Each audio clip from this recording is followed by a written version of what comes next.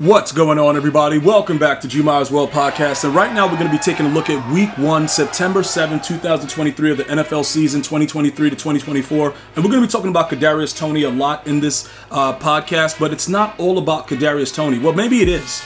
The dude sucks, but we're not going to actually focus in on that particular thing.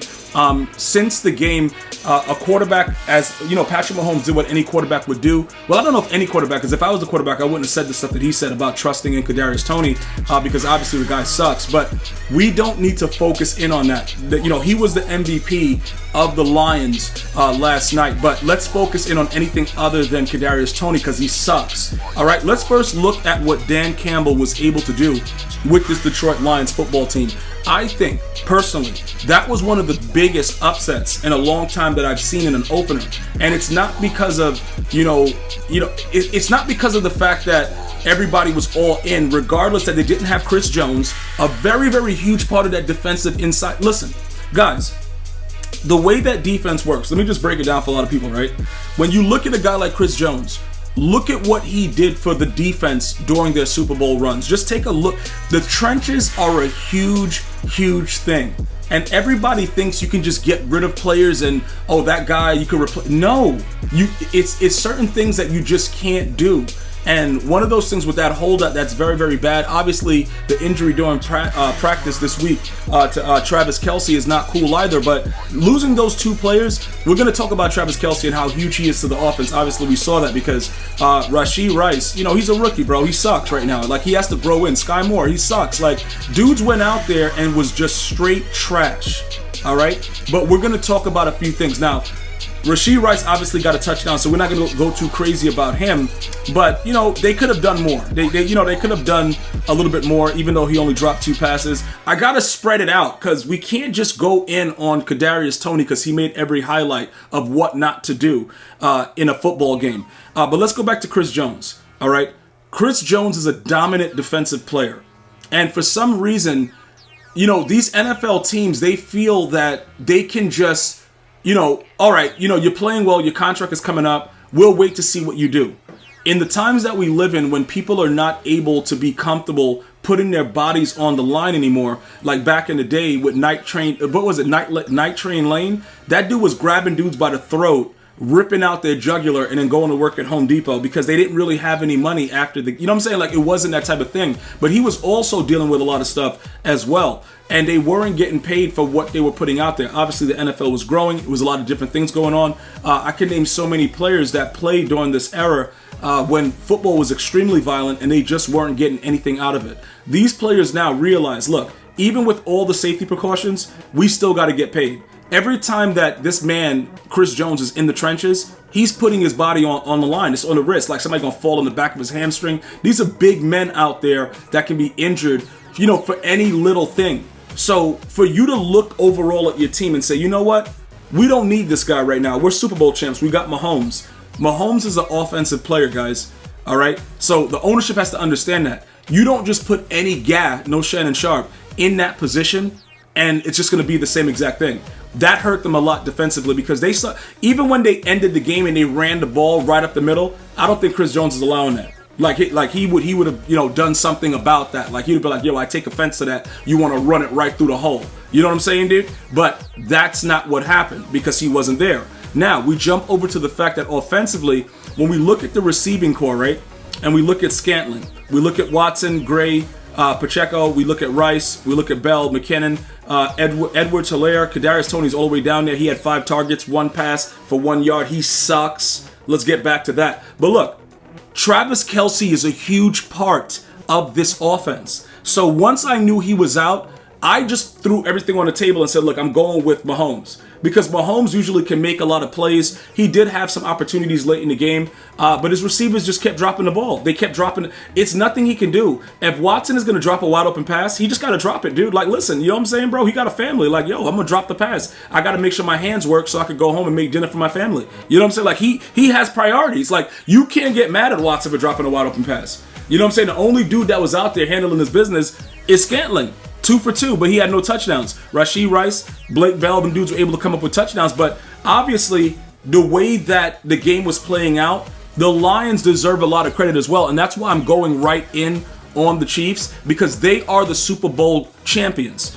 All right, so I got to go in on them first, and then we're going to talk about why the Lions were the better team, because it's not all about the drops that trash can Kadarius Toney put out. It's not all about him. It's definitely not all about him. All right, what this is about a man that's possessed. Dan Campbell's passion is so it's contagious, bro. And you look at the way that they played. Jamar Gibbs played he had 7 carries. He had a 6-yard average, right? 18-yard long run. They took him out of the drive. I don't know what was going on with that, but he could have probably been a lot worse. Montgomery, he got the touchdown. That was a really good drive when he just ran it in and just said, look, you know what? Chris Jones ain't here. Let me holler at your boy. That was pretty good as well. Jared Goff, we all know he's trash, but he played with certain confidence that is scary. Because even when he was with the Rams and they had to take care of the Chiefs right quick, he wasn't the same guy. No Shannon Sharp again, bro. It's wild. It's really, really wild business. And I need people to understand this is a very, very important thing that we have to talk about. The confidence of this Lions team. We used to laugh at the Lions all the time. You guys remember that? Detroit Lions. Yo, them dudes suck. You remember that? That's over, dude. You can't just laugh about, there's nothing to laugh about. These dudes are coming out and they're ready to play football. And if you guys don't realize that, if you're an NFL coach or an NFL, personality on TV and you're listening to this podcast, you better be careful of the Lions, because you may look at them as a team that has a past where they suck, but it shows you what a good coach and a certain type of motivation can do to a team, because all this is grown men, and sometimes you have to motivate. I know it's kind of weird to say it, but you have to motivate grown men. And when you're good at doing that, like Deion Sanders, they're not really grown men, but college in Colorado, you can have beautiful things happen. Now, as far as a run, they should have made the playoffs last year. Let me just put that out there as well. It's kind of technical the way they didn't, but it's a very, very important situation. When you look at it, the QBR, Mahomes, 72.5, Jared Goff, 64.2, 250 yards with a 7.2 yard average for Goff, 226, 5.8 average for Mahomes. But then you look at the drops realistically, Mahomes should have this game could have been a blowout for the Kansas City Chiefs, regardless of Chris Jones and Kelsey being out. But players just did not step up. And that's why when you have players that are seasoned veterans, you hear that term? It's like seasoned veterans, like you're trying to make some, what is that they be making in the South? I can't remember, what is it? I can't remember what they call it. Gumbo. You know what I'm saying? You're seasoning it up and you just go and create, you got seasoned veterans out there. You know what I'm saying? So they're able to do things that these other players otherwise cannot do. That's why the Giants got rid of Kadarius Toney. He sucks. They knew that. They were laughing yo, y'all really doing this trade? They went at the table are you serious right now, Nate? They're yo, are you really going to make this trade?